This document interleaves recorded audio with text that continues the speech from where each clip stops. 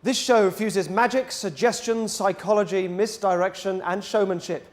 If you watch my show live on Wednesday night, you'll have seen me correctly predict the National Lottery. Tonight, I'll show you how I did it.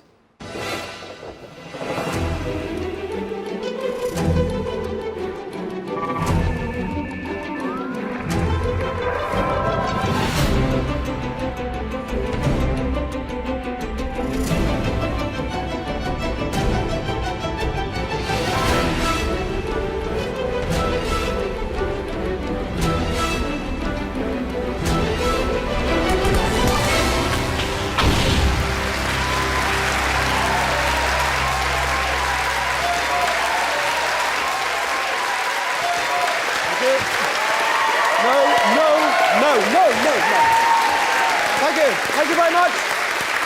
Thank you. On Wednesday, I was handsome enough to predict Her Majesty's Lottery live on television. I didn't profit in any way from it, as Channel 4 didn't allow me to buy a ticket.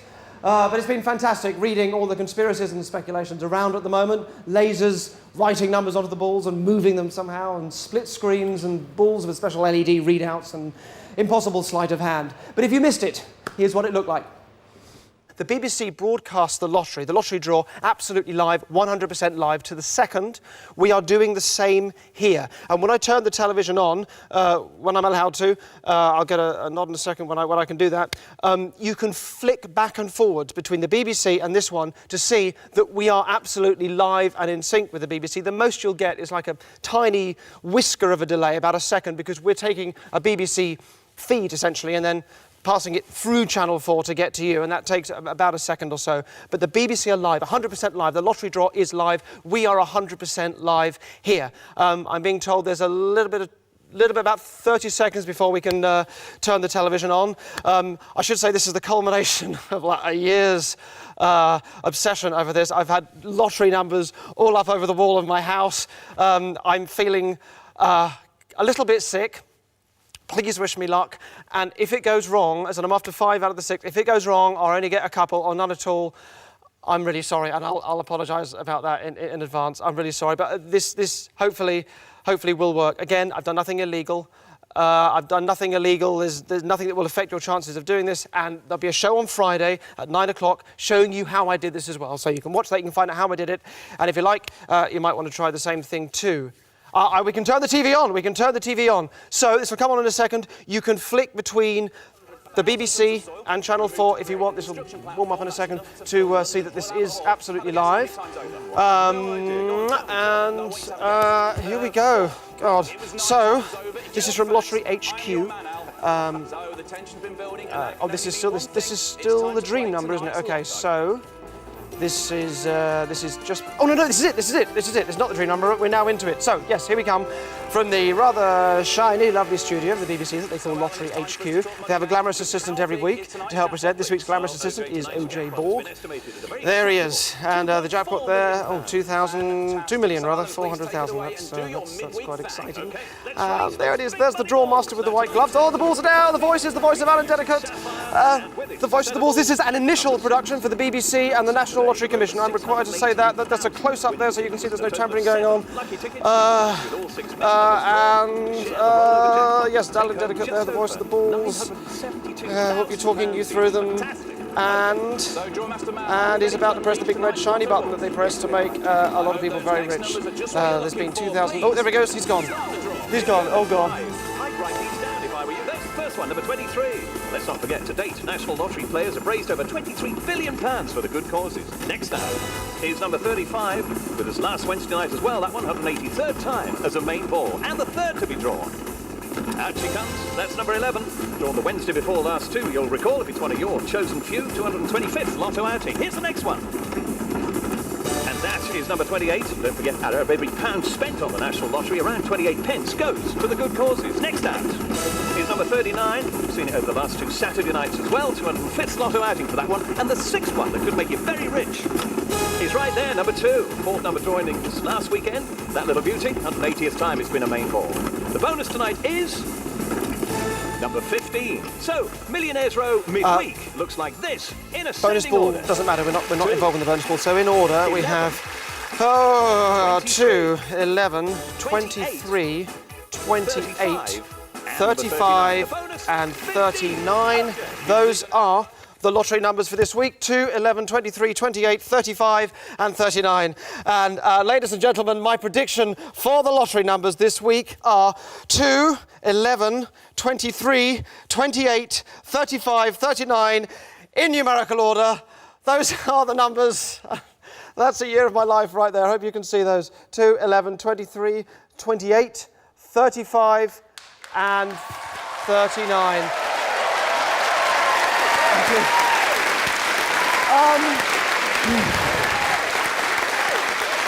Thank you. So, there are a lot of questions I get frequently asked. What am I thinking? Why are you in my garage? And so on. One question, however, I would hear more than any other was, go on then, what are the lottery numbers? Go on then, what are they? What are the lottery numbers? And I'd always say, shush, shush, we're supposed to be having sex. But having been asked so many times, I started thinking about it, and I thought to myself, how would you go about predicting the lottery? So ignoring the bonus ball, which is mainly for women and gays, how do you predict 6 random numbers spat out by a machine? My chances of correctly guessing at random are the same as anyone else's, 1 in 14 million, which is an interesting statistic. If you're a healthy middle-aged man, the chances of you dying over the course of the next year are roughly 1 in 1,000. Therefore, the chances of you dying in any given hour are 1 in 9 million. So that means if you're sat at home with your lottery ticket an hour before they do the draw, you are more likely to be dead before they announce the numbers than you are to win. I needed a better strategy. As I saw it, there are 3 ways to predict the lottery. 1, fake a lottery ticket. 2, genuinely predict the numbers. And 3, fix the machine. I disregarded the first option. Faking a ticket wasn't the same thing. It seemed to lack imagination and it would be illegal. So maybe there was a way of predicting the numbers. This was to lead me down a fascinating path into mathematics, superstition, and a powerful, beautiful secret that can only be achieved when we all put our heads together. See you after the break.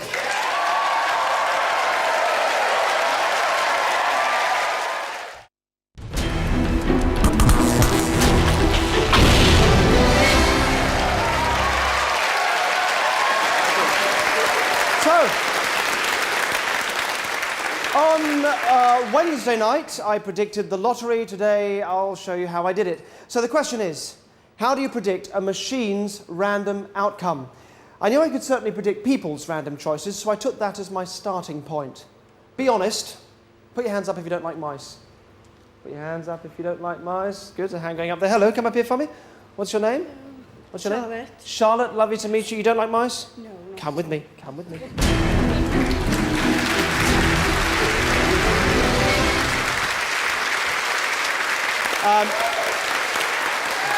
So, Charlotte, thank you. Charlotte, first of all, be honest. Do you just sort of not like mice very much, or are you properly Mickey-phobic? I don't like them at all. Well, this is the game. There are 4 boxes. There's a mouse in one of the boxes. I put a mouse in one of them, but there are no mice in the other 3, okay? The game is, you've got to put your hand into 3 of the boxes and have a route around through the little holes on this side here. But only 3, and I'm hoping, and I presume you are too, that the 3 you put in are the 3 without the mouse in, so that you'll miss the one with the mouse in. Does that make sense? Yes. That's what I'm hoping will happen. I put it into the one that I think you will avoid. Okay. Now, a couple of things. First of all, it's very important that your choices are entirely random. So if you think I'm trying to influence you, or if you've already sort of got numbers in your head and ideas as you look at them now, just disregard that. It's very important you make utterly random decisions as you're doing it, and feel free to change your mind as many times as you like before you make a decision. And also, just so you know that I can't somehow move a mouse around from box to box, there are these numbered cards, 1, 2, 3, 4, and they're all blank on the other side, apart from the one that corresponds to the mouse box, and that's got a little picture of a mouse on the other side of the number, just so you know we can't change anything around or move it. So, you begin with a 1 in 4 chance of getting the mouse. Which one are you going to go for? 1, 2, 3, or 4? Entirely up to you. Please make sure it's random. 3. 3. Are you sure? Yes. Happy that's random? Yes. Okay. Well, this is how we're going to play. Get your hand ready, but don't put it in yet. I'm going to ask you to close your eyes, and I'm going to reveal what's inside to the audience first. All right? Okay. But I don't want you looking. You must keep your eyes closed. All right. Close your eyes. Your eyes closed. I'd like you to put your hand in. Keep your eyes closed. Put your hand in. Have a feel around.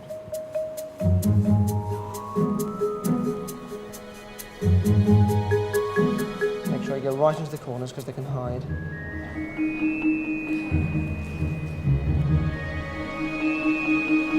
You can open your eyes. There's no mouse. It's just droppings, but there was no mouse.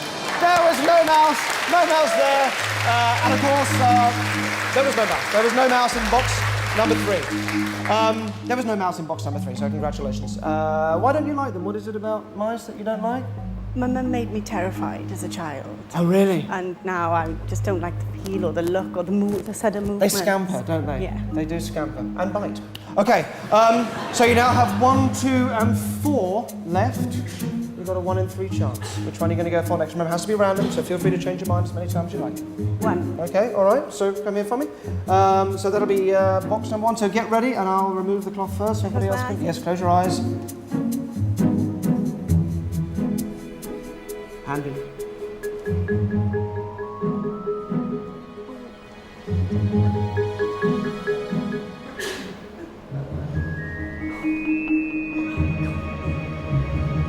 No, you can open your eyes. There's no mouse, it's just some fruit for the mouse likes, but there's no mouse. No mouse at all, congratulations. No mouse in box number 1. There was no mouse. All right, you are now, however, down to the last 2. Box number 2 and box number 4. So it's mainly the way they kind of move around and... Yes. So I like them. I think they're fascinating creatures. Mice, I didn't know this, mice can live for up to 3 days in a human intestine. I find that quite interesting. So, number 2 or number 4? You've got a 50-50 chance. This is the last one. Which you're going to go with, number 2 or number 4? The last one, you're going to put your hand in. 2. Are you sure? Yes. Change your mind if you like? No, I'll stick with 2. You're going to stick with number 2? Please. All right, well, it's only 50-50 now, so the odds are no longer in your favour. Come and stand here for me. Okay. Get ready with your hand. Sure. I'm sure. Okay, all right. Eyes closed, good. No peeking. Audience. No, I promise. In you go. Oh, sorry, no. I think I'm okay. Okay. You can open your eyes. There was no mouse in number 2 either. She got the 3 without the mouse. Nothing in number 2 either. Congratulations. Congratulations. Would you like, while you were here, would you like to see our little mouse? I'll see it definitely. But... He's quite friendly. I'll just come in and have a look. He's perfectly friendly. There he is. Oh, he's not there. He must have got out. Oh, there he is. No, he wasn't there. There is no mouse. There was no mouse. There was no mouse at all. However, it was important to get you frightened, important to get you thinking that there was a mouse there, because it's only by getting you into that state that I can make you fall into a predictable pattern, which is exactly what you did, and you did it absolutely brilliantly. You left box number 4, and box number 4, of course, was the mouse box. Number 4, even though there was no mouse, you went for the correct one. You left number 4. Well done. Thank you. Now, excellent. So, well done. Now, with fear comes suggestibility, and it's easier for me to manipulate your decisions for you when you're in a heightened state, like one of fear. But remember, this is just my starting point for predicting randomness. We're still dealing with people, not machines, and this is only 1 in 4. But let's up the stakes. Here's an example of predicting human randomness when the odds are 1 in 20, and this time with real jeopardy. You got off lightly.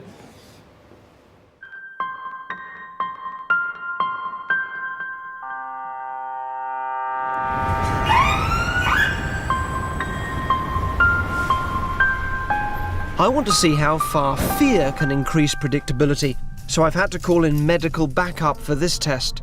Our volunteer Matt is about to face something far scarier than a pretend mouse. Matt, I'll explain the game. There are down there 20 polystyrene cups like this, upturned, yeah? They're numbered on the top, so you've got 1 to 5, yeah, and then 6 to 10, 11 to 15, and 16 to 20. You're going to go and stamp on 14 out of the 20, so you can leave 6 untouched, yeah? One of those cups has a knife underneath. In fact, here's a replica. That's what you're avoiding. Yeah. If it goes wrong, Yeah. and you do get a knife through your foot, which we both want to avoid, then how much money would you demand to stick a knife through your foot? Through my foot. At least, I don't know, 500,000. £500,000? Yeah. Yep. Okay. I'm writing out a cheque for £500,000 in case Matt fails my test and requires compensation. Bit nervous now. Hang on to that if you like, stick it in your pocket. Earlier, I placed the knife under a cup whose number I calculated Matt would instinctively avoid. If I'm wrong, the paramedics get to do more than stand and watch, and Matt gets £500,000 compensation. Might be a bit cold. Okay, you also need to clean your feet to just sterilise there. Also just need to give you a tetanus, all right, because obviously what's going to happen. Predicting Matt's random choices is a starting point for predicting the random outcome of the lottery. You're leaving 6 untouched. Can I just ask you one more time if you're happy to do this? I'm happy to do it, yeah. Okay. In your own time, then.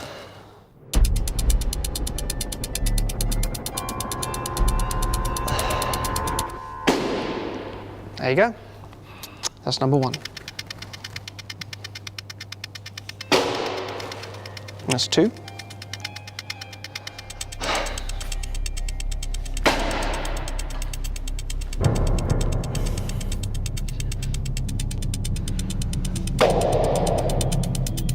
In this game, as he stamps on the cups, Matt has a 70% chance of getting a knife through his foot.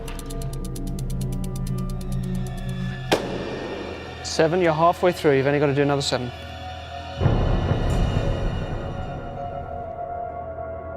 Ooh. Yep, that's fine. Go. You scared the life out of me then.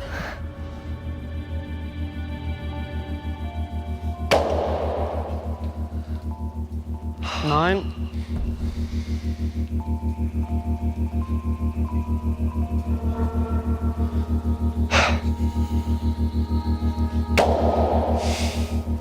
You got 4 more.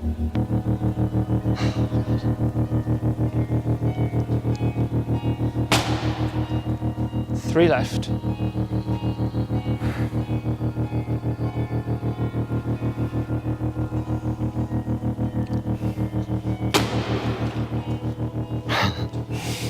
Two more.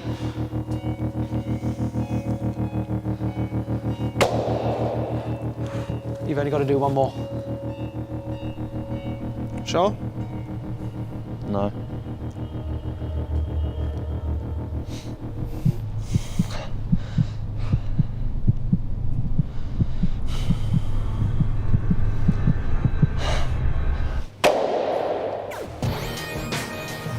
Well done.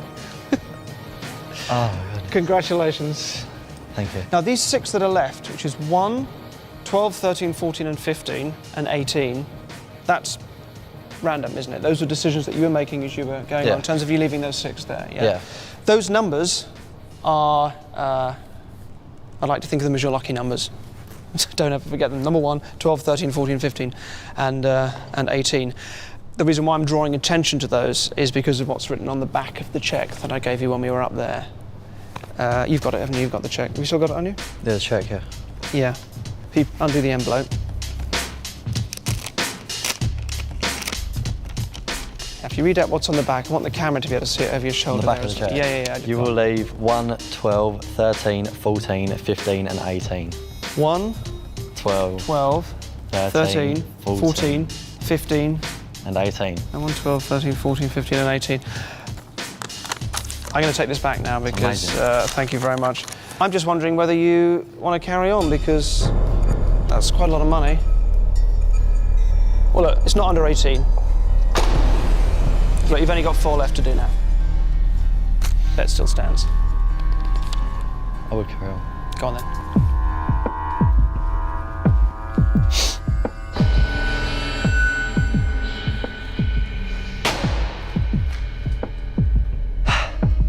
Three left.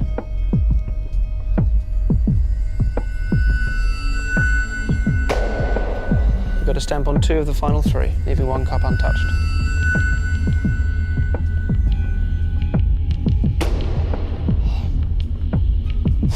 Last one. At this point, Matt has a 50-50 chance of stabbing a knife through his foot. Sure?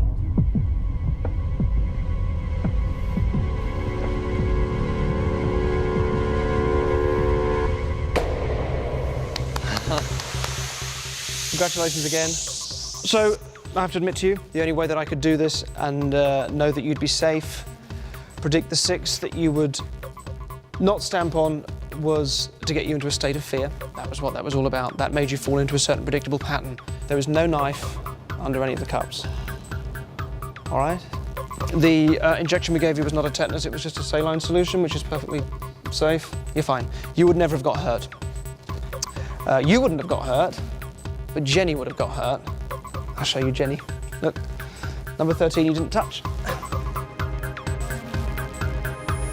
And there is Jenny. No, I was nervous, obviously, because I'm sitting there thinking there's a chance I'm going to get a knife through my foot. And my adrenaline was going a bit. But I'm shocked that the numbers, the 6 that were left, were the numbers written on the back of the cheque. That's pretty amazing. Thank you. We actually have Matthew with us tonight in the audience. Thank you, Matthew. Thank you very much. Thank you. So, thank you. So far, so good. People's random decisions can be predicted. But I knew that because people can be influenced. The question is, could a machine be influenced? Now, I thought that was a non-starter and impossible because obviously machines can't think, they don't have minds. However, I then read about an amazing experiment that took place in the 1980s by the Pear Group. The experiment was to see if willpower could affect randomness. It involved a Bagatelle board like this, and balls were dropped in from the top, and the idea is they would randomly drop down and could end up anywhere along the bottom. However, the scientists had a load of people will the balls to end up on one particular side to try to psychically influence the direction of the balls as they dropped. And a curious result emerged. More balls did indeed end up on the side that the people were willing them to fall on. Willpower did seem to make a small but significant difference. But I wanted to try the idea for myself. Could a group of people influence, for example, the toss of a coin? Have a look at this.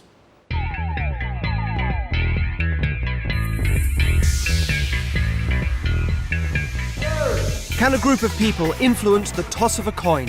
I got a group together and chose a volunteer. He would be trying to throw his chosen combination of 3 heads or tails. If you were to toss a normal coin 3 times in a row, there are 8 different possible combinations of heads and tails that you can get up. So these are the 8 possible combinations. You're going to choose one of these for yourself, and I'll also choose a combination for me. I'll let you choose first, so which one do you want? Triple H. Triple H, you're going to give this one here. All right, so Martin is going to go for heads, heads, heads. Well, my lucky one is tails, heads, heads, so I'll go for that one. Here's what we're going to do. You're going to be tossing a coin. If your combination comes up first of heads, heads, heads, that is a point to you. If my combination comes up of tails, heads, heads, then that's a point to me, all right? So I can't cheat. Another volunteer is chosen to flip for my team, the Reds. The rest of the group would make up the red team. This is to help you support your red team.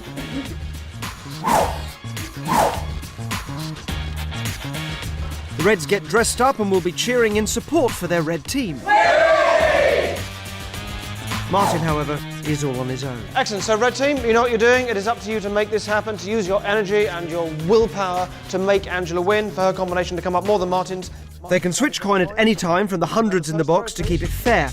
So Martin's chosen heads, heads, heads, and Angela is trying to flip tails, heads, heads. This is important. Martin and Angela's combinations are exactly as likely to come up as each other. There should be no difference. They'll take turns tossing the coin until one of their chosen combinations comes up, and then that person gets a point. The first person to 10 wins. That is 1 point to our team. Well done, 1 point to the red team. As they're doing this, I want you guys really focusing on the coin. Will it, in your mind, what seems to help is just saying that combination again. Tails, heads, heads, just in your mind, again and again. With the red team willing her to win, Angela soon scores again. Heads, that's the second one. And again. Heads, we have another point. We have another point to Angela. With the red team behind her, there's no stopping Angela. Heads. Hey! 5+5-0. Martin. Oh, man. It seems that the combined win power of the red team does have an influence on the toss of the coin. Yes! Heads.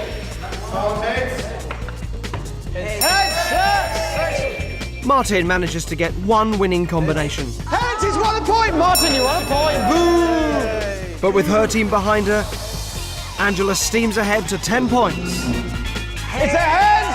We have won! Martin. You know, I don't know. It was all against me. I was just on my own. Me personally, I do believe in psychic ability.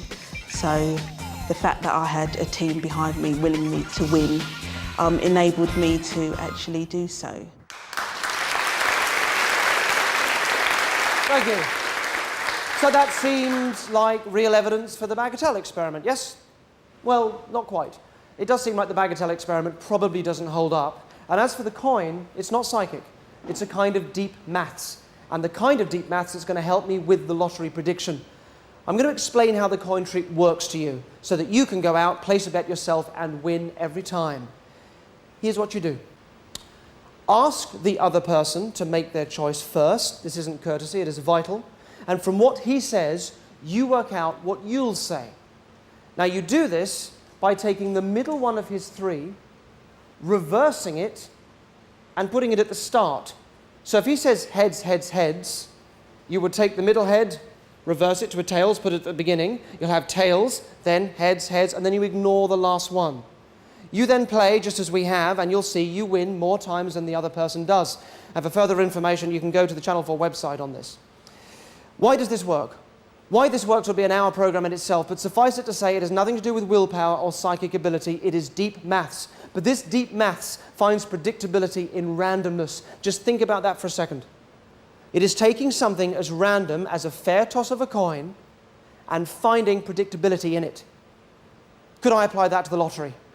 For months, I lived with a year's worth of lottery numbers written up across a wall in my house, trying to think of how you could make predictions from randomness. And then, late one evening, I was having a bowl of oxtail soup, love it, and a memory of something I'd read hit me.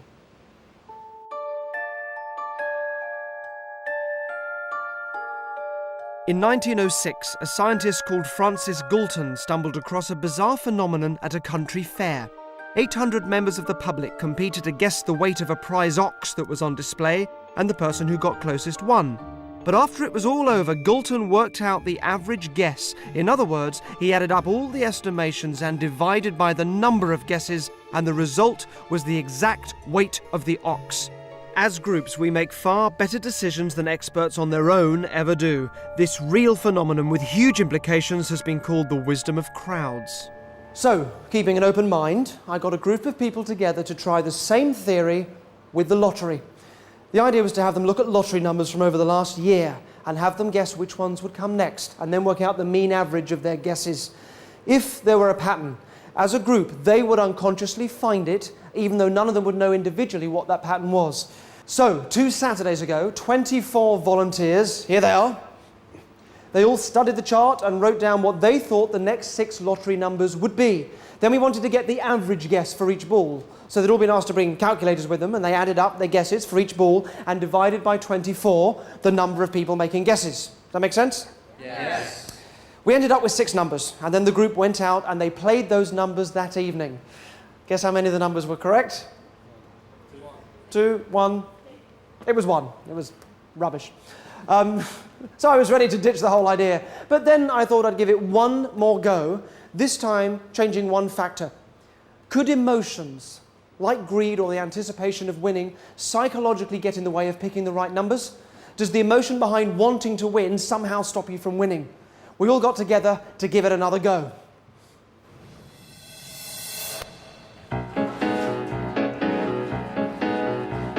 To avoid the greed factor and hopefully get a better result, I asked our 24 volunteers to guess the next 6 lottery numbers and write them down, but we would not do the maths till after the lottery result had been announced.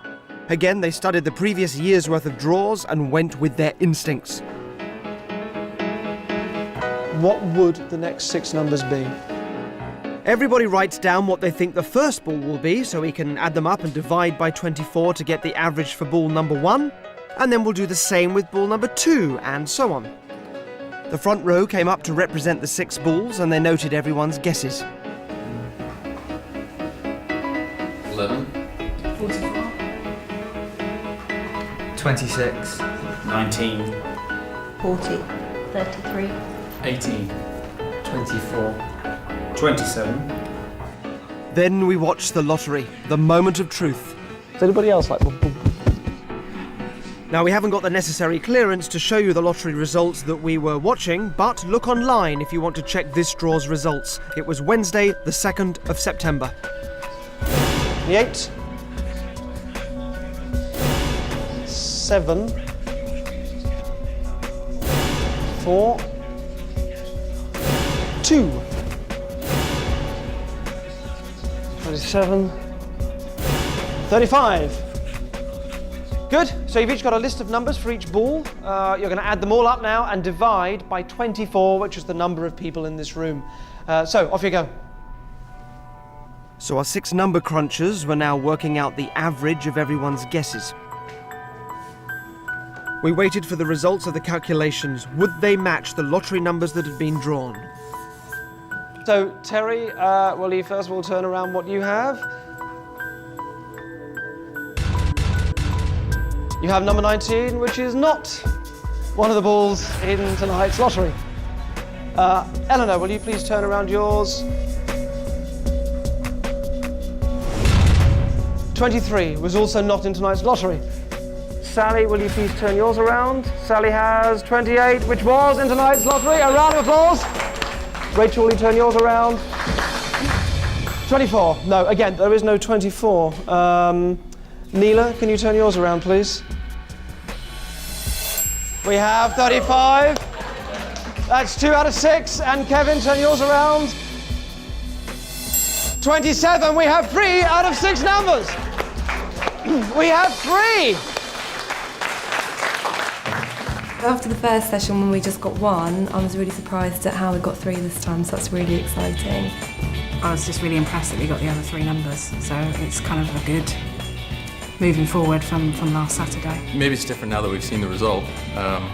We got through the balls, so now maybe we feel more like a group and we can do it. It is promising, you know, I mean, now seeing this, it's like, come on, team. We got this in the bag.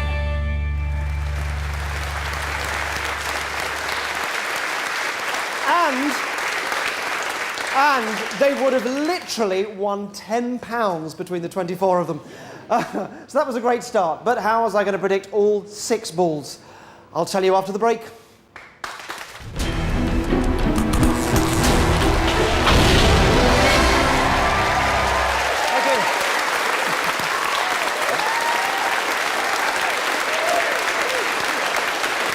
Good evening. Tonight I'm showing you how you can predict the National Lottery by taking you through how I did it on Wednesday. Using the wisdom of crowds phenomenon, a group of 24 volunteers correctly guessed 3 out of 6 lottery numbers. I brought them back for another session to see if we could get any more right. I thought it'd be a good idea for them to get to know each other a little better first, so I sent them out for a bit of team bonding. Stick their arms all that side.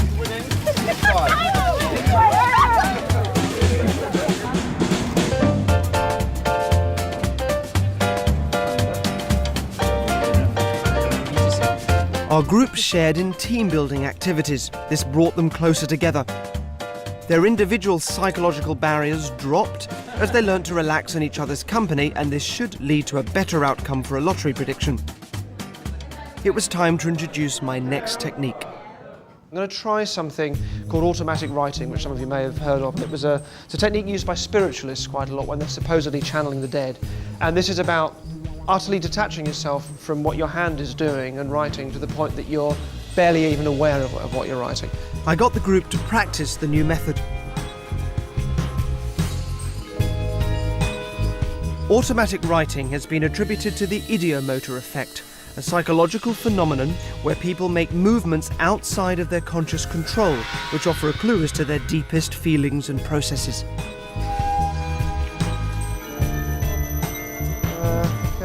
The signs were encouraging, but one subject, Tyler, found the technique tricky, so I removed him from the test and made him responsible for calculating the group's guesses instead. I then set the rest to work, predicting the lottery by using automatic writing. They were allowed to write minus numbers or numbers larger than 49, in fact anything that came out of their hands.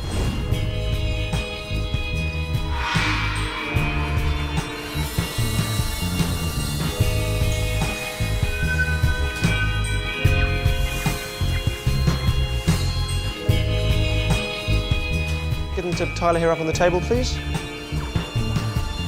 Thank you.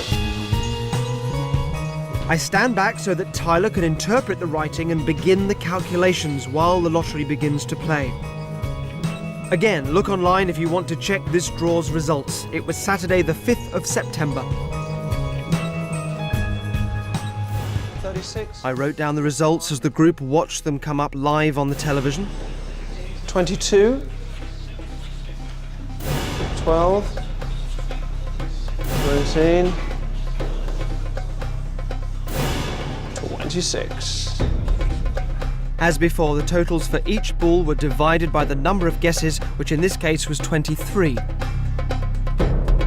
Divided by 23 equals 63. Will the wisdom of crowds phenomenon combined with automatic writing be potent enough to give us a better result this time? 42. So we got one number round the wrong way and one number is one off. 22. We have one. Oh, 12.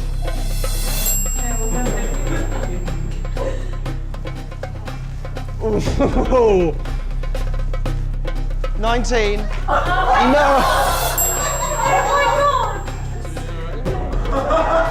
If this last one is, well, what does it come out to? So, go on, it's 598 divided by 23 equals?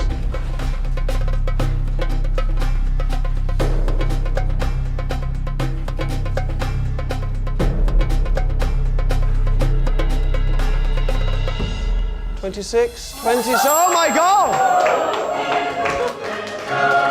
Okay, 36, we got 63. 41, we got 42. So those two are wrong, but these are correct. We got 22, and this even in the same order, 12, 19, and 26.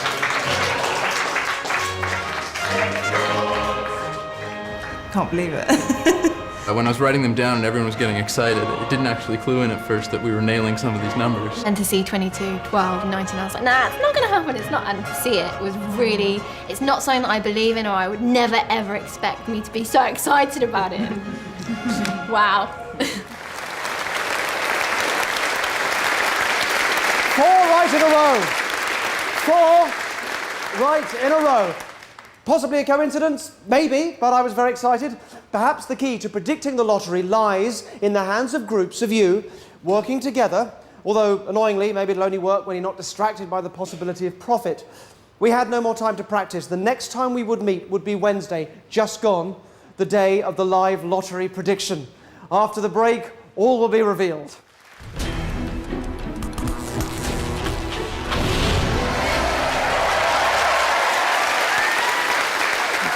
Thank you.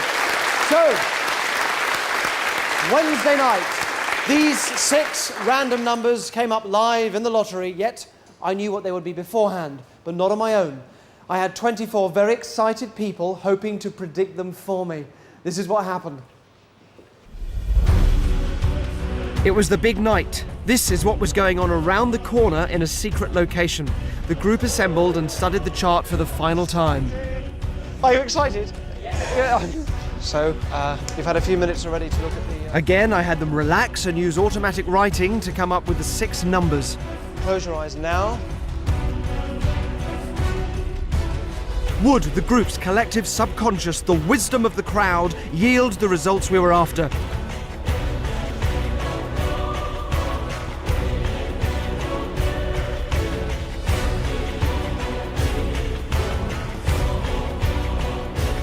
We didn't want them to know the numbers until the draw, so I performed the calculations by averaging out their guesses. And,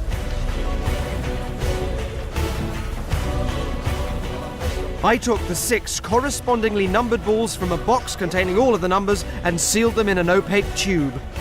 The prediction was set. That's our first one.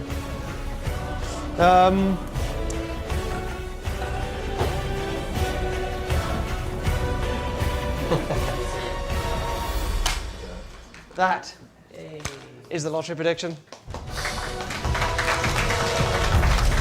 Okay, gotta go, gotta run, see you, bye.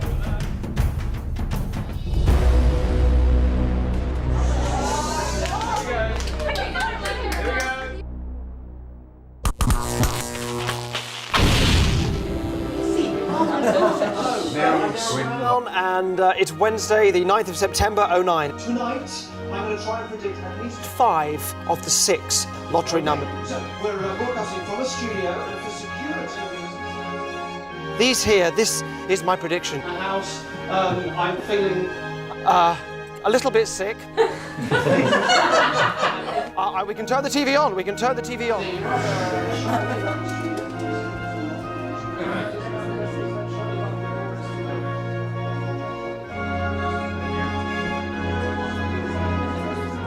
2, 11, 23, 28, 35 and 39. And ladies and gentlemen, my prediction are 2, 11, 23, 28, 35, 39 in numerical order. Those are the numbers. That's the year of my life. Thank you. Goodbye.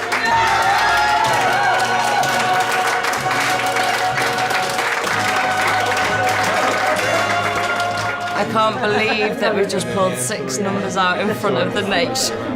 It's amazing. I'm just completely shocked that I'm just shocked.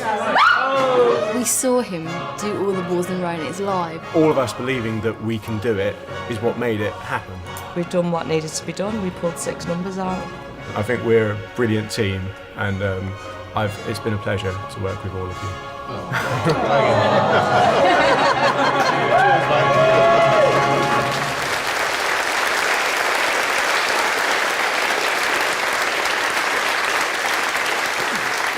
That concludes the tale of how we reached Wednesday night. All of my 24 people who were there know what happened and the success they had. But it's quite possible that many of you simply won't believe it. You may choose not to believe any of what I've told you. Maybe you still believe it was some sort of super technology. Whatever you choose to believe is up to you. But there's still one route we haven't looked at. Remember the 3 options? 1, to fake the ticket. 2, to predict the numbers. And there's still option 3. Fix the lottery machine. So here's the option 3 explanation, and you can decide which you prefer.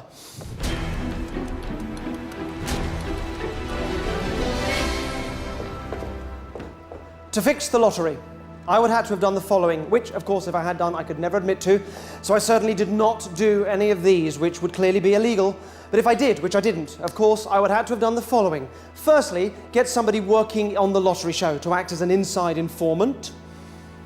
We definitely did not do that.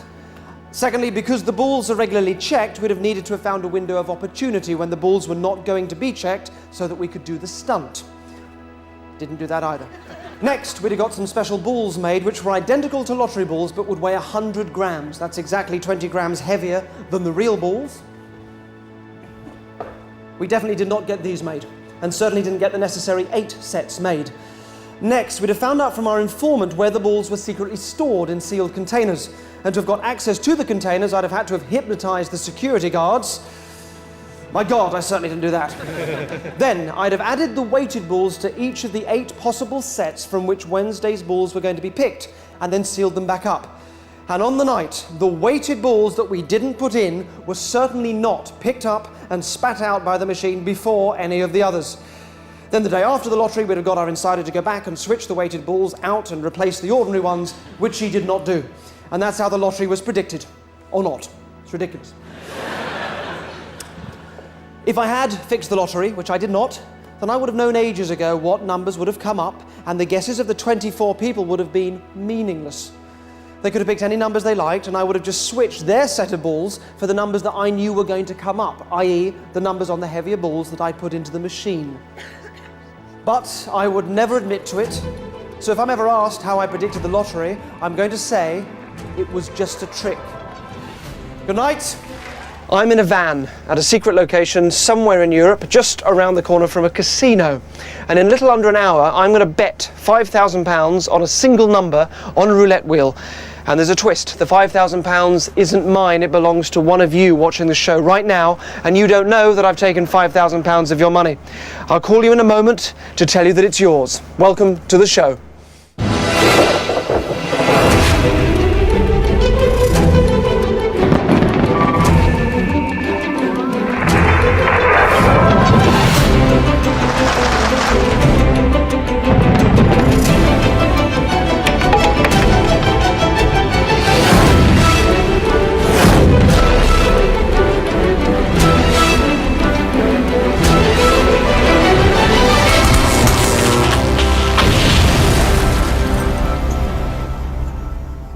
This show fuses magic, suggestion, psychology, misdirection, and showmanship.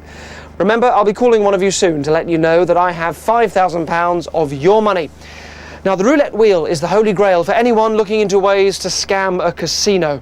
With a payout of 35 to 1 on a single number, my bet of £5,000 could win one of you £175,000 if I choose the right number. And spending a year finding a way to beat the wheel began with a tiny seed, the thrill of taking a gamble.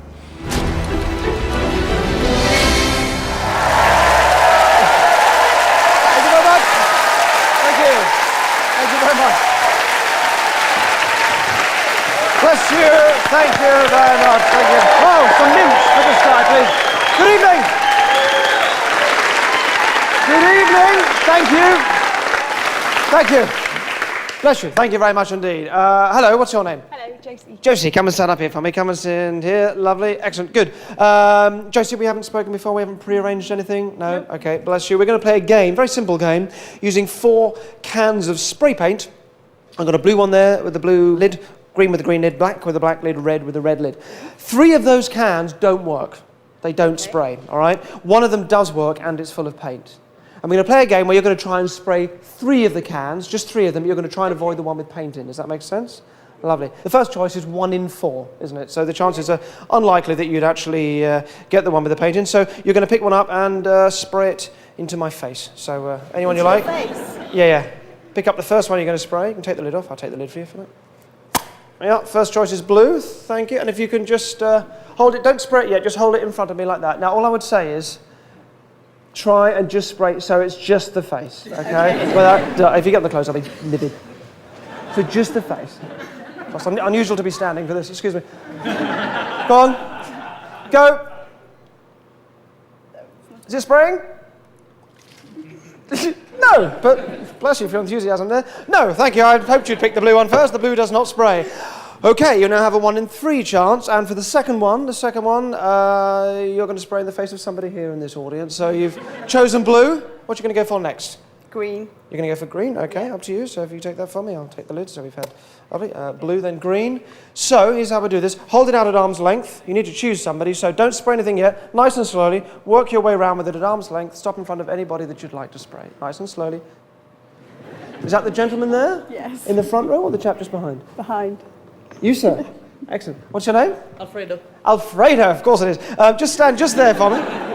Don't spray until I tell you, but if you can come up nice and close. I'd get a little bit closer. Lovely. I'd just give it a bit of a shake. Yeah, I will keep your eyes closed. Actually, okay, ready? 1, 2, 3. No. Yes, safe, Alfredo. There's no paint in that one either. Thank you, Alfredo. Round of applause for Alfredo. You can go back.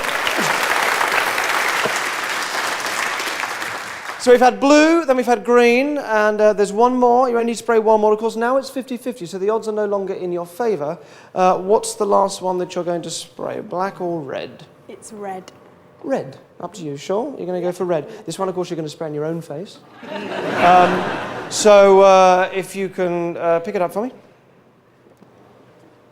Lovely, and I'll put that there. So we have blue, then green, then red. So if you just, don't spray it yet, but just point at you, so make sure you're genuinely pointing it at your face. Now, I'd come in a bit closer so you don't miss. And no cheating. I'd keep absolutely still for this. On the count of 3, I'd like you to give a really good, do you want to give it a, okay? Closer to you, just get it nice and close. So on the count of 3, a really good spray, and no moving out the way. You've got to do it properly. Ready? 1, 2, also, just hold that thought for a second, because that feeling that you're feeling now, that feeling of gut-wrenching uncertainty, that's the reason for the whole of this stunt tonight. That feeling of taking a gamble. That's what this is about. 1, 2, 3. It was water, but you're all right, it wasn't paint. You were correct, there was no paint in it. Excellent. You didn't get any of the paint. Congratulations. Now, you got that right. You didn't get any of the paint. Sorry about the water in the last one, just a bit of a gag. But just so you know that there really was paint in the last one, the black one, the one you didn't choose. If you want to spray that one all over this card here, just give it a good spray. Just cover it in black paint. Mind how you go. Don't get on your clothes. People behind, watch out. Excellent. Keep going. Just cover it all there so the camera can see. That'd be great. All down here. Keep going. Keep going. Good luck on my fingers. Okay. Excellent. Fantastic. Thank you very much indeed. Josie, I'm going to let you back. Thank you. Thank you. Josie, everybody. Thank you.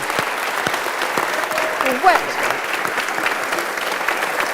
Josie, actually, Josie, just step back up for a second. Let me just show you something. Are you happy, first of all? You went, the 3 that you did spray, so you left the black, which was great, but just remember the 3 that you did spray, you sprayed the blue, then the green, then the red, yes? Now, are you happy that I didn't influence you in those choices? That was your random choice of which 3 to spray. You happy about that? Mm-hmm. Happy I didn't influence you? Not at all. Okay. Look. So you left the black spray can, the only one with paint. Now this is a stencil, and the 3 colours you'll choose will be in this order. Blue, green, and red. Blue, green, red, another round of applause for Josie. You did such a great job. You're fantastic. Thank you so much. Josie, everybody. Thank you, Josie. Thank you. Now, thank you very much. Now, as always, this part of the show is pre-recorded, and that's because right now, as this show is going out, I'm in a secret location in Europe, near to a casino, with £5,000 of someone else's money.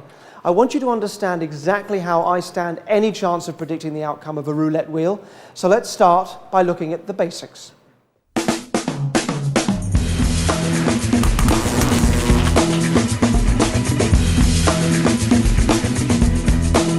People have been trying to win money from casinos in both legal and illegal ways for a very long time. So I've come to talk to Paul Wilson, who's a gambling expert from The Real Hustle on BBC 3. In the card game of blackjack, you can beat the dealer and win money if you get an ace and a picture card to make 21. There are techniques to better your chances in this game, like counting cards that are legal in some casinos, but Paul is going to show me some of the illegal techniques that people have used. Let's imagine we have a hand here, an 8 and a 4. Now that's not the best hand in the world, but if somehow I'd stolen 2 cards from the casino last week... So you've got a queen and your ace, which you've brought into the casino from... yeah, you stole them last week. So before you do it, we have an 8 and a 4 there. Mm-hmm. So now you're going to turn over the 8 and a 4. Yeah.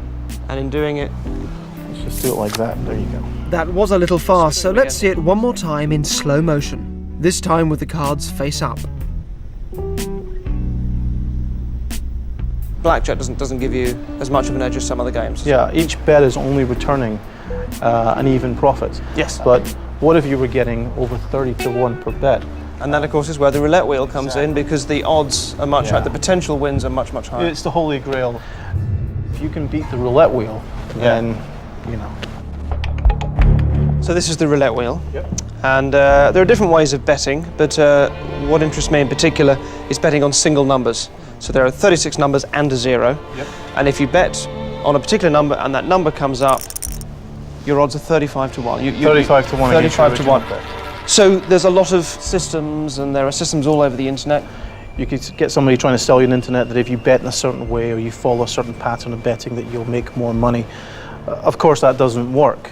There is no betting system to beat roulette. Yeah, but that doesn't mean that the wheel can't be beaten, because if you use physics, there is something that you can predict about the wheel. This has been something I've spent the last year of my life kind of obsessing over. That's how can you use physics as opposed to sort of probability and betting systems to beat the wheel? Okay, we use concealed computers. I'd just be timing the ball, then actually feeding the information to the computer. We're telling the machine the speed and location of the ball and the speed and location of the 0 on the wheel. Yes. The machine recognizes that and then begins to figure out what number will be underneath that ball when it drops down into the tub, and then how far will the ball travel before it lands in a slot. So it's complicated, and obviously with all of these electronics it's very risky. The casino nowadays, they can tell if you're wearing electronics. Absolutely, yeah, they're onto it. So the only surefire way of beating a roulette wheel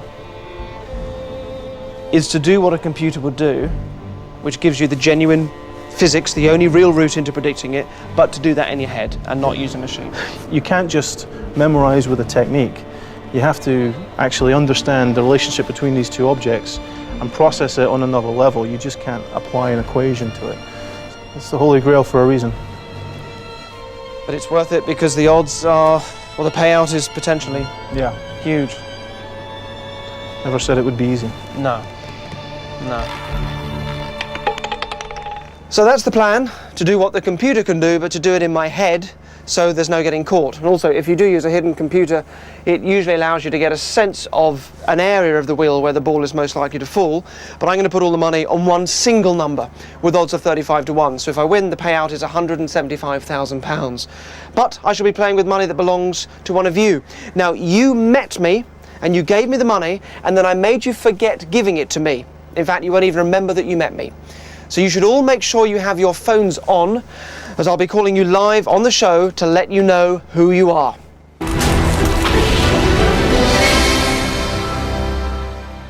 Hello, this is Derren. Hello, good evening. Hello, England. I'm talking to you live from somewhere in Europe. Now, to protect the identity of the casino, which is fairly close to where I am at the moment, and also to make sure that nobody can sabotage what I'm going to do, at the moment we cannot film for that reason. However, we will be able to soon, and shortly I will be calling one of you to let you know that I have £5,000 of your money, so please make sure you have your phones on you and to hand.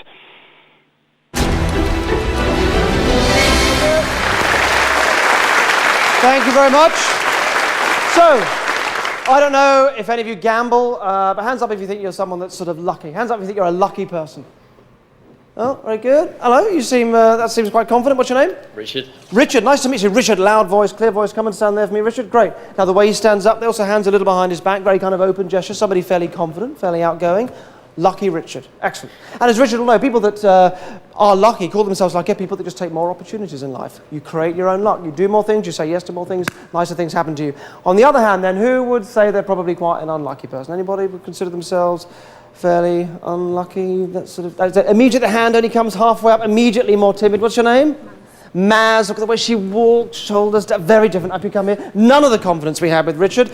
Sorry about that, but that's just simply how it is. You're what sort of sociologists would probably refer to as a Class C personality, which is what I suppose we think of as, I suppose a loser would be the word that we'd use. So, with that in mind, let me explain the game. Very simple game, 2 matchboxes. One matchbox contains £20, the other matchbox contains nothing. It's empty. I'm not going to touch them, it's a very simple game. I will give you 2 chances each to either stick or switch. All right? 2 chances each to stick or switch, and you kind of leave them as they are, or switch them around and give them to the other person. However, at the end of this game, you're a lucky guy. You will create your own luck. You will win this game. You will end up with the £20. You, on the other hand, are going to end up with the empty box. You've gone through life losing, and that's not about to change tonight. I'll start with you, then you won't make the final choice. You can't be accused of knowing anything here that's going on that you shouldn't. We haven't spoken before. I haven't given you any clues as to which match. Actually, what I will do is just mark one of them, just for my own clarity.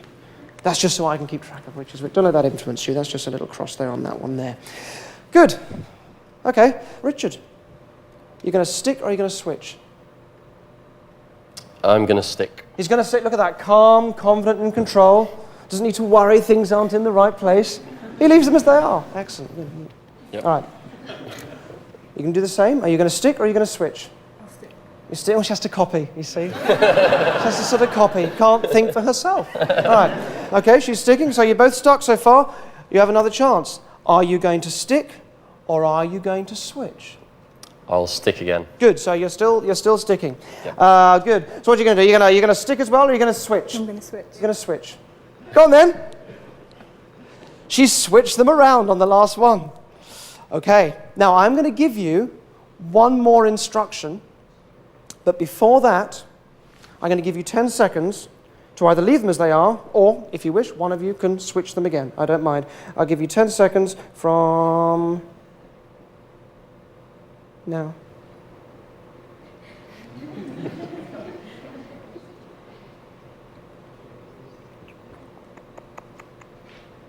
Oh, it's 10 seconds. Not tempted? Well, I said you would win this game. I said you'd create your own luck. I said you'd lose. I said as one of life's tragedies, you would lose this game. Do you want to open yours first?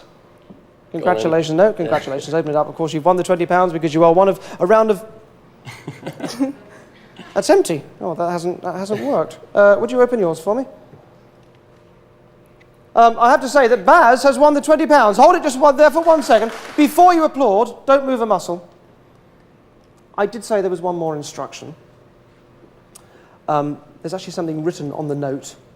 Could you open it up? This is your final instruction. And can you read out what it says on there? If you just read it out nice and clearly, then we'll turn it so the camera can see. Right from the top? From the top, can you read that out? Your final instruction, hand this to the other person. Yes, which turns out to be the other person, turns out to be Richard, so hand that across. Congratulations, Richard. You're a lucky guy. Well done. Richard, ladies and gentlemen, I'll let you head back. And the Baz, everybody. Thank you very much. Now, as people at home are watching this, I'm actually in a secret location somewhere in mainland Europe, and later on you're going to see me put £5,000 on a single number on a roulette wheel and hopefully win £175,000. But listen carefully, the money I'll be betting with won't be mine. I stole it from one of you watching the show, and right now you don't know that I've got £5,000 of your money. Here's what I did. I met you, I made you give me the money, and then I made you forget that we'd met. So you'll be absolutely convinced at this point that it couldn't possibly be you. Now, I will call you in a few minutes, but before I do, let me show you the skills involved in cheating the roulette wheel. To start, we headed to a motorway and did this.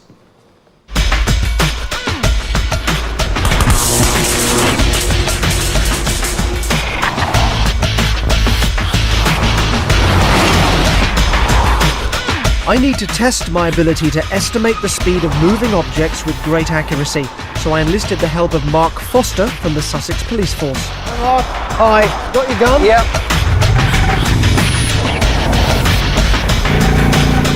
I've also invited a special guest to witness this experiment, the world-famous jive-talking car fanatic, Timothy Westwood. Nice to meet you, Dan. Very nice to meet you. Thank you very much for coming up. This is Mark. How you doing?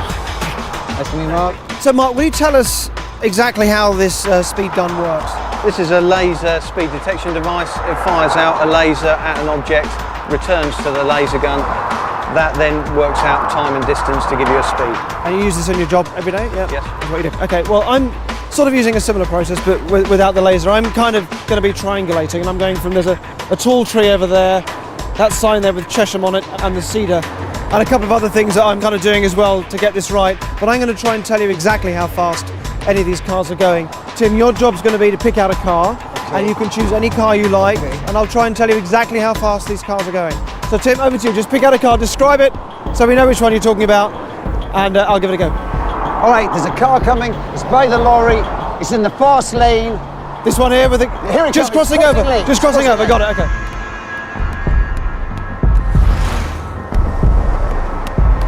It slowed down a bit there. It was doing 50 miles an hour. It definitely slowed down once it saw the police. So I think by the time you were taking the readings, it would have been on 50. Can we have a look at the laser? How does he do that? Show the camera. Unbelievable.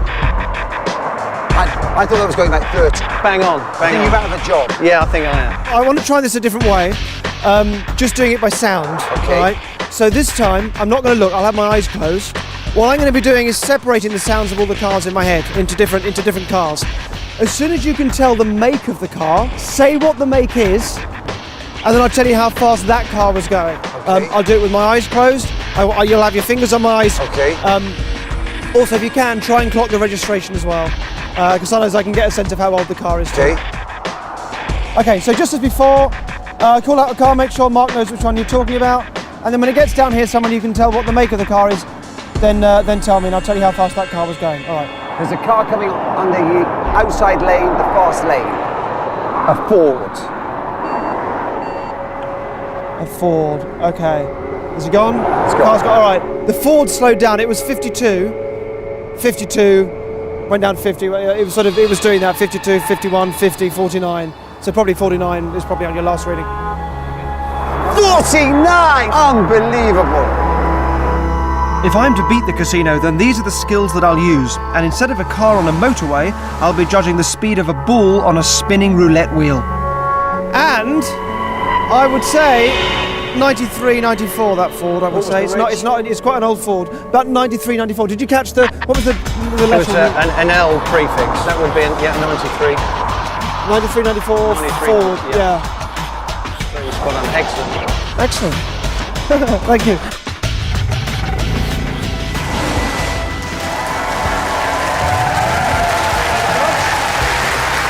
So, let's pause there. Let's pause there. Just to remind you, live now I'm somewhere in Europe, and live now you're all sitting at home watching this. I should be just about to place the call to the person whose £5,000 I've stolen. And by now I will have left the van and I should be walking towards the casino. Now, as we can't identify exactly where I am, you will just hear the call. But right now, I'll be dialing one of you who is watching the show, hopefully at the moment, whoever it is, whoever's £5,000 I stole. We have a camera crew around the corner from your house right now, and the next thing all of you at home will hear is that phone call being made, and we will go live to the outside of that person's house. It could be you.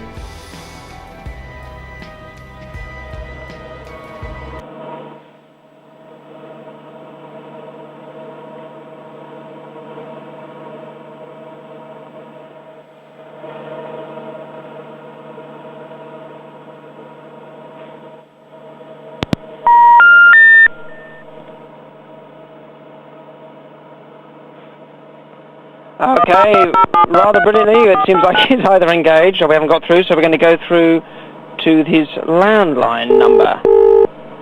It's ringing.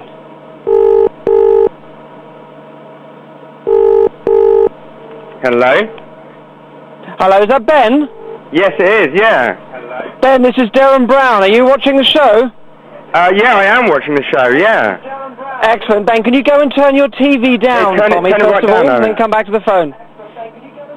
I've got my housemate to do it, actually. You've done that? Yeah. Hi, Ben. Hello, are you surprised? Yes, I'm very surprised. I think maybe you've got the wrong person, though, but I'd still like to go ahead. Well, I don't think I have. Well, first of all, I'm pleased you're watching the show, and you're actually watching the show because I told you to, although you won't remember that I did that. You enjoying it so far? Yeah, it's brilliant. It's really good. I'm just in shock a bit at the moment. I understand. Because as far as you're concerned, you haven't met me any time recently in the last couple of weeks, and you certainly haven't given me any money. Well, no, we haven't. Not Excellent. so far. Well, have you got your shoes on? Yeah, I have.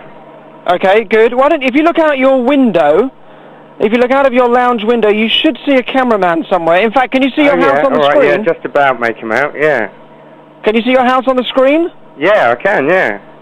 Oh, there you go. Right, so, you've got your shoes on. You need to make your way down to your front door, all right? We've got a camera crew waiting for you outside. Okay, we're so just you'll have to there. leave the phone there, and I will talk to you when you're down there. We'll put an earpiece on you. Okay, all right, speak to you in a second. Quick as you can, please.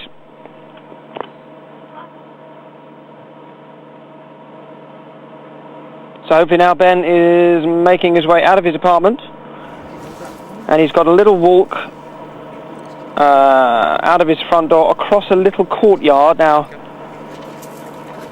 I think we're just putting his earpiece in. Can you hear me now, Ben? Can you hear me, Ben? Yes, I can. Can you hear me? Don't you hear me? Go to your front door, Ben. If you're not, hope you can hear me, Ben. You probably can't.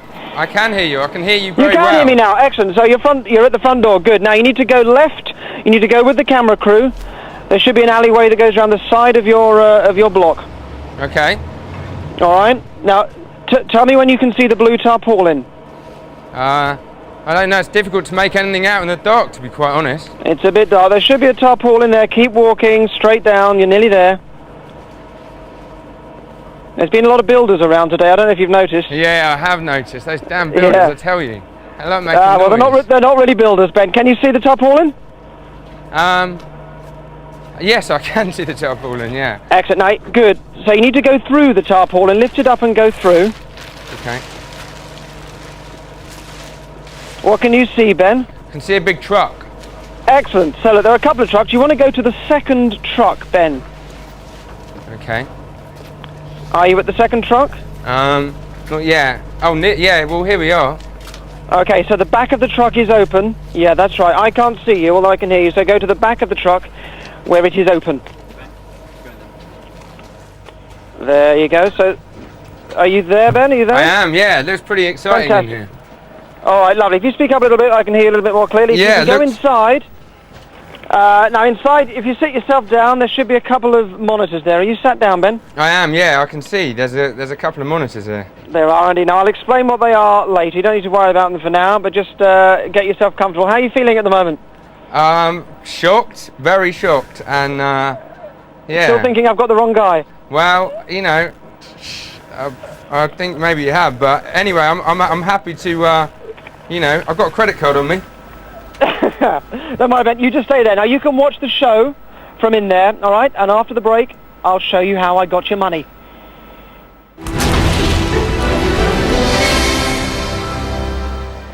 Hi, Ben. Hi there. Hi, Ben. You comfy? Yeah, it's quite nice in here. Excellent. No, they are nice up there, this truck. So, listen, I'm so excited. I've got £5,000 of yours, and you don't remember giving them to me, this to me, do you? Last Monday? You don't remember giving it to me last Monday? No, I don't think I've given you any money. Maybe well, you got confused. I'm going to play you a clip now that is probably going to freak you out a little bit, Ben. Okay. So watch the monitors in front of you, and for everybody at home, and for you as well, Ben, this is what happened on Monday. This is how I stole your money. Ben, you won't remember any of this. I had to get to know Ben's routine. So for a few weeks, we followed him.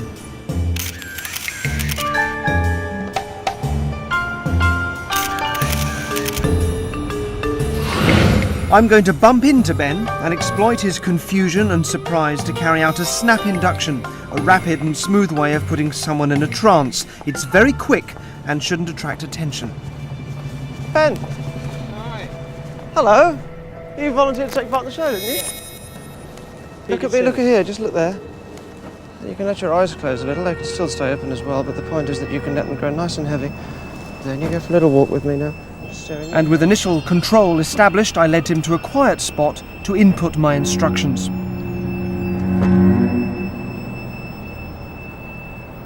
And you can remain in that half sleep and I'll show you. See, look, there's a man there filming. There's a man over there who's filming. And up on the roof as well. You can let your eyes close and just let yourself sink down into a nice relaxed sleep. That's good. That's good.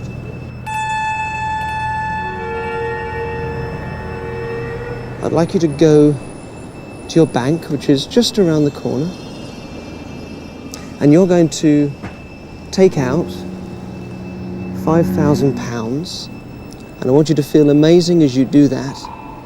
I want you to enjoy a feeling of excitement. I want you to enjoy doing this, enjoy getting the money, enjoy that buzz of sort of taking a little of a risk, I guess, with the unknown. The feeling of it feeling covert, the enjoyment of that feeling. Right, well, you better wake up so that you can go and get it. Having given him my instructions, it was time to set Ben off to make the £5,000 withdrawal at his bank. You're going to head over that way. See you in a few minutes. Off you go.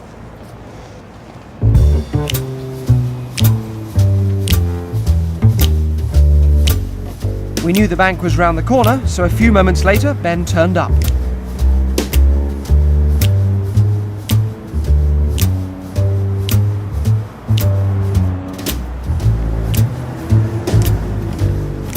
Ben was still following my instructions as he left the bank and headed back to our meeting place.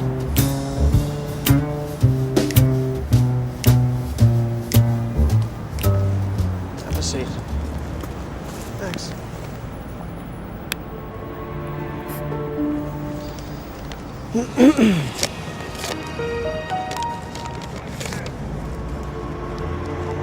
I'd got what I needed, the £5,000. Now I had to erase all memory of our meeting. And all the things that have happened in those last few minutes just simply won't happen. It'll just be like a little glitch in time, almost like daydreaming. Or when you have a dream, and you can have a dream that's really exciting and involved and all sorts of things happen. And then when you wake up, you simply can't remember it. And that's how this will be. Now, we're going to go for a little walk, so I want you to remain in the sleep. But at the same time, you can stand. And it was time to take my leave of Ben, to be out of sight and out of mind. Just drifting down nice and sleepily. I'm going to walk off now and give you 10 seconds. And after that, you can open your eyes and continue to walk from now.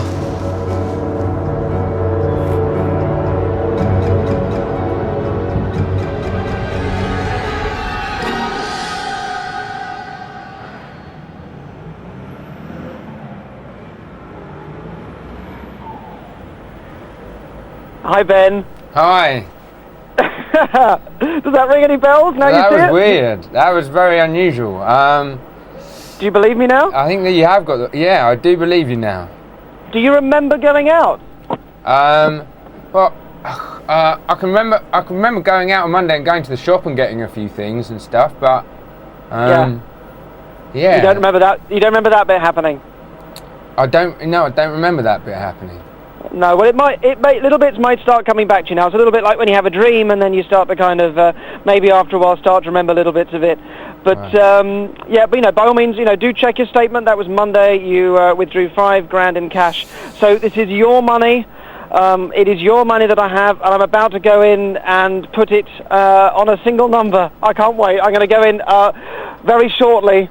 It's a cold and very exciting evening here. Look, but before that, keep watching. I'm going to show you a bit more about the skills that I'll be using. So, all being well, when this show goes out, I should have just got hold of our unwitting and probably very confused participant, and I'm now getting ready to walk into the casino and put a large amount of his money on a single number. But first, let's look at another skill that I needed to work on. To beat a roulette wheel, I don't just need to know about speed, this is also about trajectory.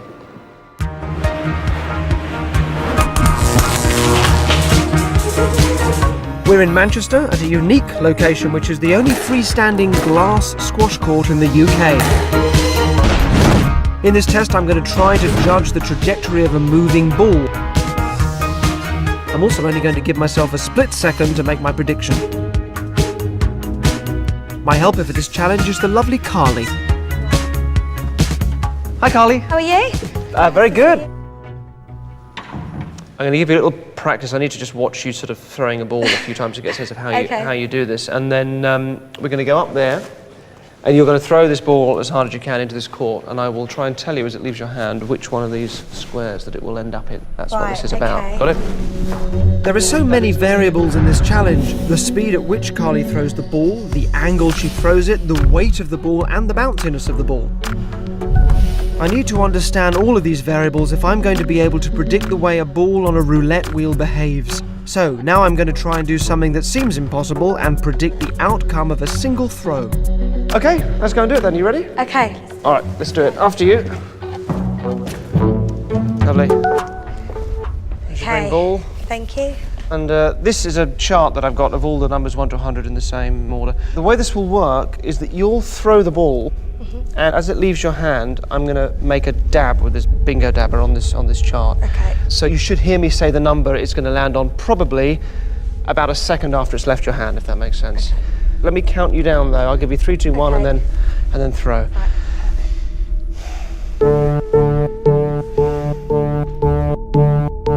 3, 2, 1, throw. 37. Come on, 37. Come on, come on, come on. Come on. No. Yes. Oh my God. Absolutely amazing, and that is exactly where it was. Let's see. I sort of had it on the 36, 37 border, but that was, I'd said 37 because it was more, but well done. How did you do that? So it seems to work and should apply equally well to predicting the fall of a roulette wheel ball. But it was so quick, I want to show you this again in slow motion. Here you can see the ball leave Carly's hand, and here, half a second later, I make my mark on the number 37 on the card. The ball now careers off the corner of the court on its 6th bounce and heads off to the left. The ball still has sufficient energy to take it across the court, and it returns past my chosen square to hit the right-hand wall on bounce 14. This puts vital spin on the ball, directing it left on the next bounce until, with its energy dissipated, it bounces over one last boundary and ends up in the predicted square.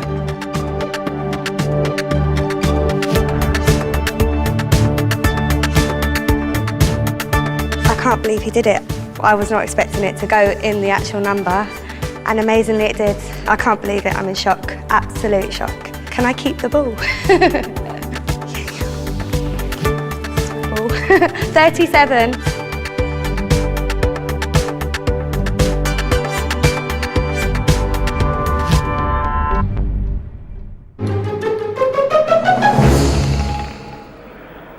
Okay, Ben, I'm heading in.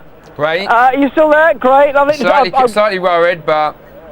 Good. Don't be worried. I'm very jittery. I will turn my camera on once we get inside and past the guard. I can't film at the moment because it's important nobody knows where we are, if that makes sense. So we can't reveal which casino this is. Also means, of course, we can't film outside, just why we're not filming at the moment. Otherwise you'll find out where the location is. And then equally, when we're inside, we won't be able to identify any of the people or, again, which casino it is. So I'm going to be trying to film it in such a way you don't see any of the people or exactly where we are. Now, I've been watching a particular wheel, for several hours today, and I want to watch it a little longer before I actually play. And just for clarity, the odds of me getting this right are 37 to 1, but the payout is 35 to 1. So you will win, if I get it right, 175,000, plus, of course, your 5k stake back again, which will total 180k. All right? I will be there in a minute. I'll be there in a minute. Thank you very much. So, again, everything that you've seen in this theatre tonight is pre-recorded, and that's because right now, while you're watching this, I'm in a secret location somewhere in mainland Europe, so I don't get recognised. And if all of this is going to plan, I'll be now making my way into a casino. To avoid drawing unnecessary attention to myself, and to get you as close as possible to the action, we're going to capture it all with concealed cameras. Now, I will have a tiny camera like this up my sleeve, and this will allow you to see the number that I place my chips on. Open wide, see? Just see that dental work there. Lovely, very nice. So, good, you get the idea, lovely. Thank you very much, thank you. So, again, I'll be wearing a camera like that so that you can all see clearly the number that I'll be placing my chips on. So there's one camera on me. Now let me show you the casino. So, let me show you this. To beat the wheel, there are three things that I need to do. Firstly, I need to mentally calculate the speed of the wheel. And I'll do that by keeping my eye on the green 0, which is there. And then every time that green 0 goes past, say, this diamond here, I tap my foot. And I'll be tapping my right foot. And that tapping tells me the speed of the wheel. Yes? Secondly, I need to know the speed of the ball, and the ball will be going in the opposite direction, but it's essentially the same thing. Every time the ball goes past the same point, I'll be tapping my left foot. That makes sense? So, thirdly, from those two speeds, and from knowing where the 0 is, and from having memorized where all the other numbers are in relation to that 0, I can calculate the drop point. And the drop point is where the ball leaves the outside rim and starts to fall into the center wheel. And then, combining all of these calculations, I should be able to work out where the ball will end up. The only thing that'll get in the way of this working is if the ball starts bouncing around too much. It is not an exact science. Far from it, but hopefully I can get this precise enough to win on a single number and bring home £175,000 for our participant. So right now, as you're watching this, I should be stood keeping my eye on that wheel. So when you next see me in a few moments, I will be in that casino. I'll have just been sent a text message from my producer saying that we're ready to go, and I will place £5,000 worth of casino chips, which will look like this. It's not very much, that's all it is. That's what you'll see, something like that, on whatever number I believe will come up. I'll have to be very quick as well. I only get a few seconds to place the bet after the ball has been spun. And I will only have one attempt at doing this. So it just remains for me now to thank you, first of all of you here in the theatre, and to thank you at home for watching the events over these last weeks. I hope you've enjoyed yourselves, and particularly if you took part in the experiments, I hope that you or someone you know had success with them. I wish you a good night, and I pass you now to my future self, sat at a roulette table somewhere in Europe.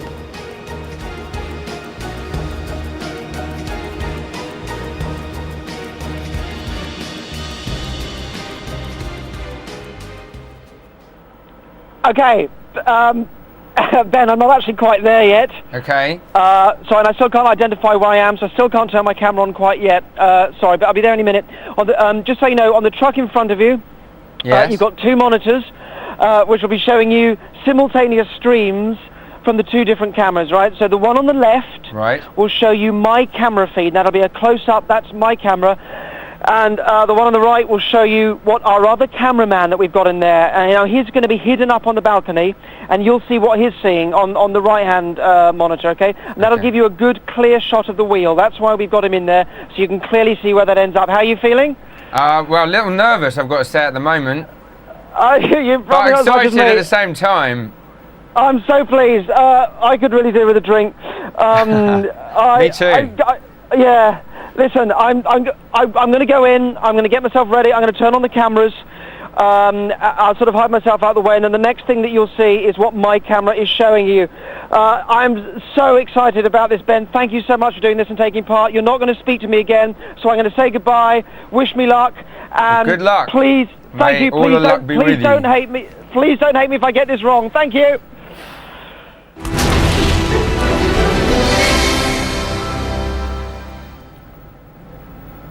Ben, we're just waiting for the link to the monitors, okay? Okay.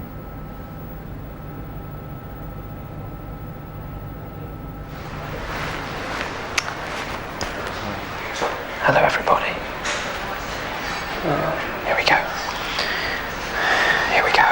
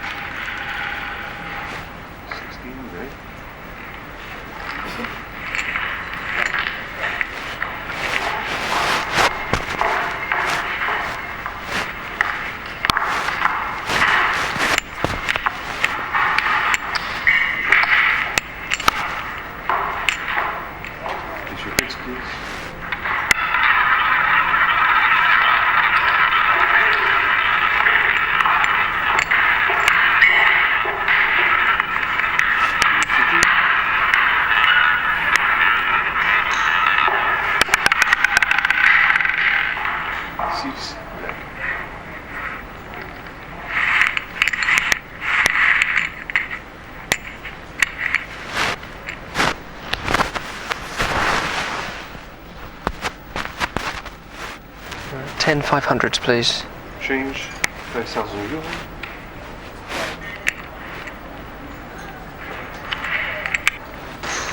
Thank you.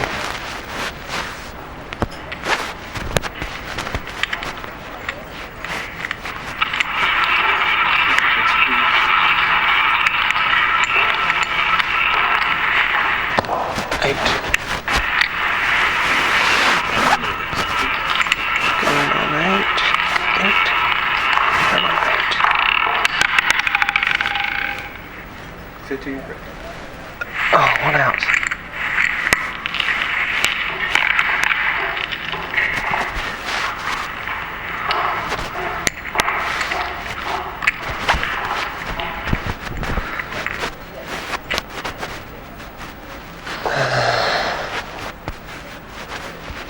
Sorry, I was one out. Sorry.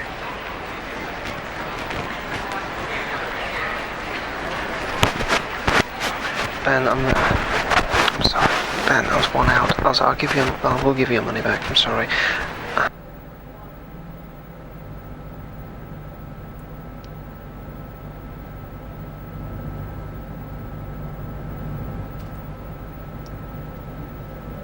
Ben?